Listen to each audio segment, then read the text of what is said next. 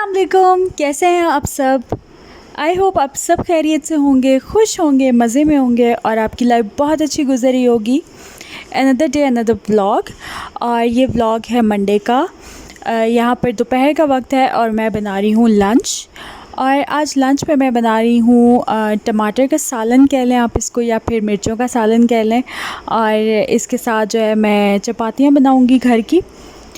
तो आपसे मैंने पिछले व्लॉग में शेयर किया था कि काफ़ी दिन हो गए हैं, तकरीबन समझ लें आप कि बड़ी ईद के बाद से जो है ना, हमारे घर में हर अल्टरनेट डे पे कुछ कोई ना कोई मीट बन रहा होता है। कभी चिकन, कभी जो है वो बीफ, कभी मटन।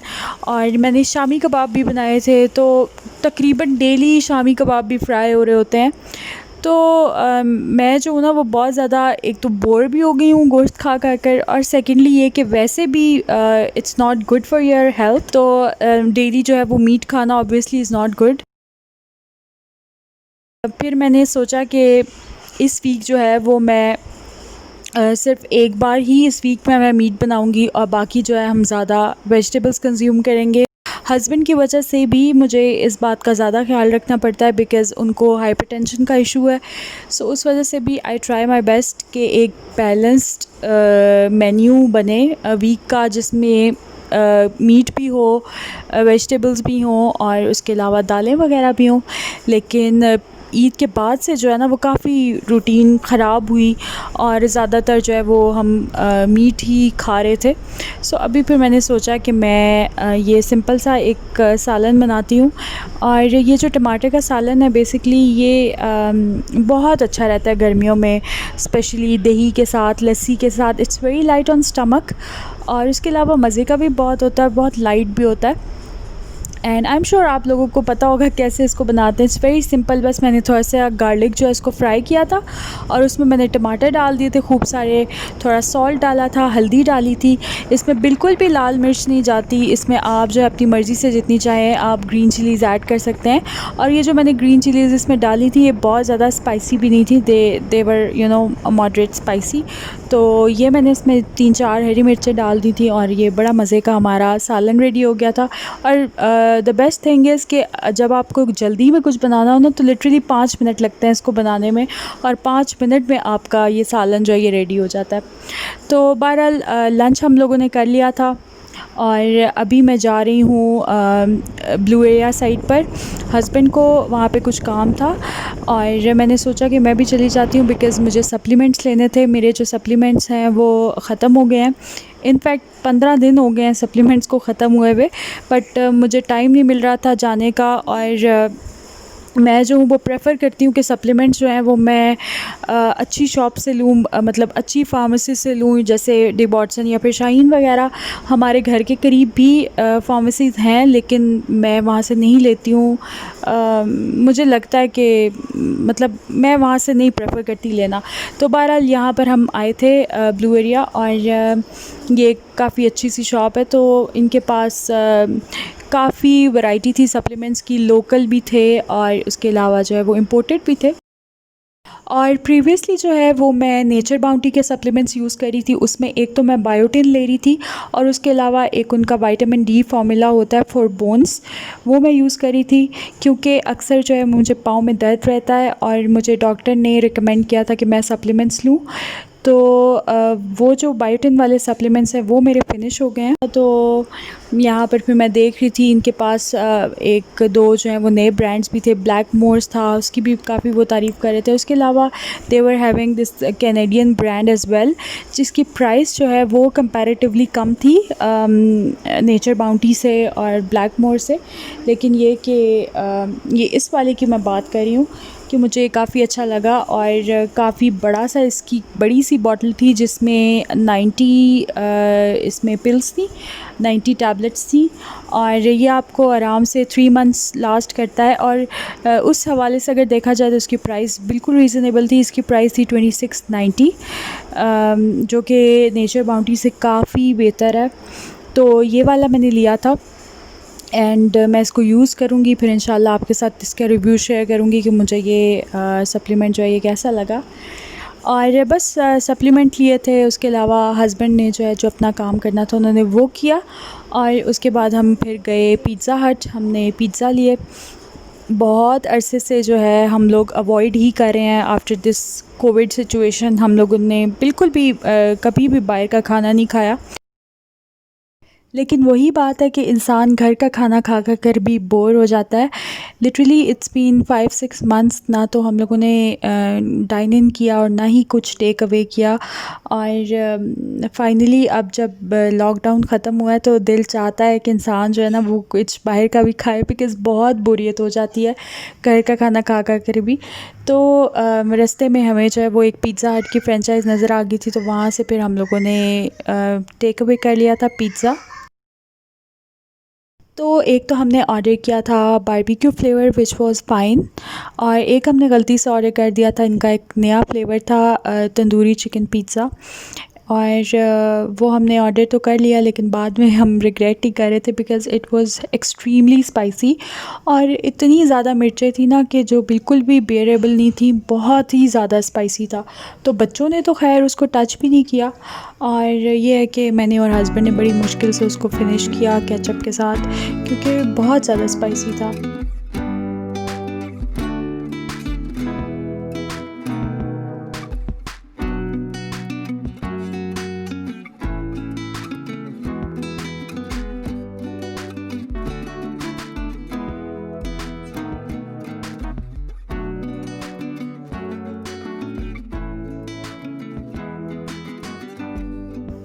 तो ख़ैर अभी यहाँ पर शाम का वक्त है और तकरीबन 6 साढ़े 6 बजे का टाइम है, और मैं तैयारी कर रही हूँ डिनर की। दोपहर में जो मैंने बनाया था टमाटर का सालन, वो मैंने सिर्फ़ जो है वो दोपहर के लिए ही बनाया था। तो अभी रात में मुझे कुछ बनाना था, और यहाँ पर मैं बना रही हूँ दाल चावल। और दाल चावल के लिए सबसे पहले तो मैंने चावल को सोक कर दिया था। और मसूर की दाल मैं बना रही हूँ, मुझे बहुत अच्छी लगती है मसूर की दाल।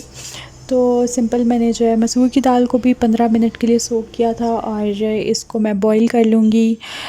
मैं जो हूँ वो दाल में सारे स्पाइसेस और प्याज टमाटर वगैरह इकट्ठा डाल के उसके बाद फिर उसको बघार लगा लेती हूँ। यूजुअली मैं इसी तरह से दाल बनाती हूँ अनटिल एंड अनलेस मुझे कोई स्पेशल रेसिपी ट्राई करनी हो या बनानी हो। तो ये बड़ी रेगुलर सी दाल है जो हमारे घर में बनती है चावल के साथ।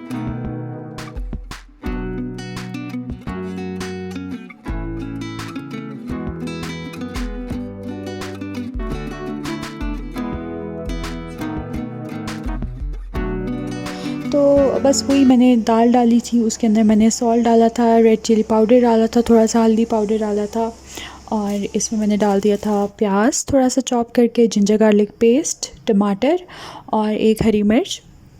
और इसको जो है वो मैं कुक करूँगी। जब इसको बॉयल आ जाएगा ना, तो उसके ऊपर से फिर मैं जो स्कम वगैरह आता है दाल के ऊपर वो मैं रिमूव कर दूँगी। और फिर मैं इसको मीडियम फ्लेम पे इतनी देर पकाऊंगी कि दाल जो है वो अच्छे से सॉफ़्ट हो जाए, बिल्कुल टेंडर हो जाए। और आप चाहें तो आप इसको प्रेशर कुकर में भी बना सकते हैं। मुझे अक्सर जब जल्दी होती है तो मैं फिर प्रेशर कुकर में बना लेती हूँ, और उसमें तो लिटरली इट टेक्स 10 मिनट्स। दाल आपकी 10 मिनट में बिल्कुल अच्छे से सॉफ़्ट हो जाती है, और बस आप उसको मिक्स करें और बघार लगा लें। तो आज जो है वो मेरा मूड नहीं था प्रेशर कुकर में बनाने को, तो मैंने इसको इस तरह से पॉट में ही रख लिया था। और जब आप इस तरह देगची में या पॉट में बनाते हैं तो तकरीबन जो है वो 15 से 20 मिनट लगते हैं दाल को टेंडर होने में, सॉफ़्ट होने में। और ये जो मसूर की दाल है ना, ये मेरी बहुत फेवरेट दाल है, स्पेशली बॉइल्ड राइस के साथ। और मैं जो जब भी इसको बनाती हूँ सारे लवाज़मात के साथ बनाती हूँ, जिसमें सैलड रायता वगैरह और एक आध फ्राइड आइटम ज़रूर होता है। और फ्राइड आइटम में कभी जो है वो मैं शामी कबाब बना लेती हूँ, कभी जो है वो मैं चिकन विंग्स फ्राई कर लेती हूँ, चिकन फ्राई कर लेती हूँ, या फिर अगर इनमें से कुछ भी ना हो तो फिर मैं इसके साथ जो है वो आलू वाले कटलेट्स बना लेती हूँ, वो भी मुझे बहुत अच्छे लगते हैं। लेकिन यह है कि कोई ना कोई एक जो है वो फ्राइड आइटम ज़रूर होता है दाल के साथ, दाल चावल के साथ बहुत अच्छा लगता है, बहुत मज़ा आता है। और सलाद रायता जो है वो तो होता ही है। तो दाल जो है वो मेरी पक रही थी, और साथ ही मैंने राइस भी चढ़ा दिए थे बॉयल होने के लिए। इतनी देर में राइस भी बॉईल हो जाएंगे।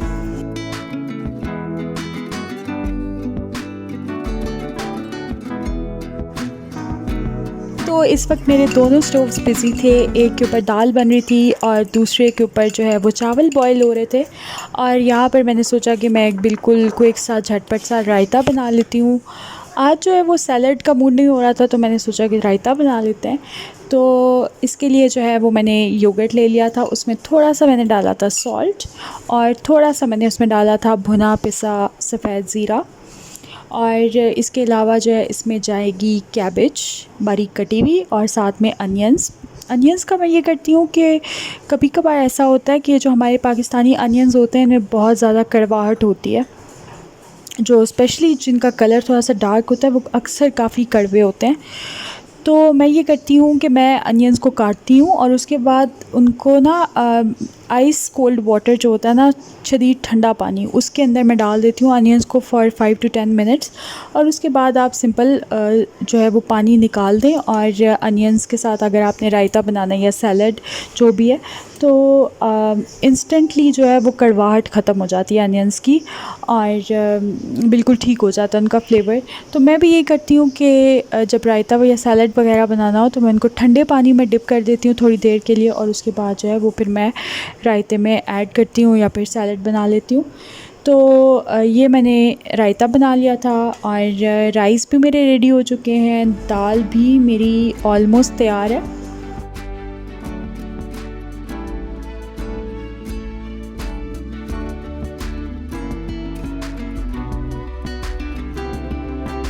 इसको कुक होते हुए तकरीबन 20 मिनट हो चुके थे और दाल जो है वो तकरीबन रेडी हो गई है अब इस स्टेज के ऊपर मैं इसको खूब अच्छी तरह से मिक्स करूँगी, बेसिकली जिसको आप कहते हैं घोटा लगाना। तो मैं वो जो एक स्पेसिफ़िक एक टूल होता है वो तो यूज़ नहीं कर रही, सिंपल अपना स्पैचुला यूज़ कर रही हूँ, बट मैं इसको ना अच्छे से, जैसे आप कह सकते हैं, प्रेस कर करके ना मैं इसको मिक्स कर रही हूँ, ताकि जो इसमें मैंने अनियंस और टमाटोज़ वगैरह ऐड किए हैं वो बिल्कुल अच्छे से दाल में मिक्स हो जाएं। और अगर ये स्टेप ना करो ना तो पानी अलग हो जाता है और दाल अलग हो जाती है और बिल्कुल भी दाल जो है ना वो अच्छे से नहीं बनती। तो चाहे आप प्रेशर कुकर में बना रहे हो, चाहे आप इसको पतीली में बना रहे हो, बट ये स्टेप मस्ट होता है। दाल जब आपकी टेंडर हो जाए, गल जाए, तो आप इसको अच्छी तरह से घोट लें 10 मिनट के लिए, तो दाल आपकी बड़ी अच्छी, दाल की जो कंसिस्टेंसी है ना वो बहुत अच्छी आती है और स्पेशली राइस के साथ खाने के लिए बहुत ही अच्छी लगती है, बिल्कुल स्मूथ सी दाल बनती है आपकी। तो दाल मेरी रेडी हो गई थी और अब मैं लगा रही हूँ भगार इसको। और भगार के लिए मैंने एक पैन में थोड़ा सा ऑयल डाला था, इसके अंदर मैंने डाल दिया है गार्लिक खूब सारा, मुझे गार्लिक बहुत पसंद है तड़के में, तो मैं गार्लिक ज़्यादा ऐड करती हूँ। और इसको ना मैंने बिल्कुल फाइनली चॉप करके डाला है। और गार्लिक का जैसे ही थोड़ा सा कलर चेंज हुआ तो इसमें मैंने ऐड कर दी हैं गोल वाली लाल मिर्चें और एक बड़ी हरी मिर्च भी मैंने काट के डाली है।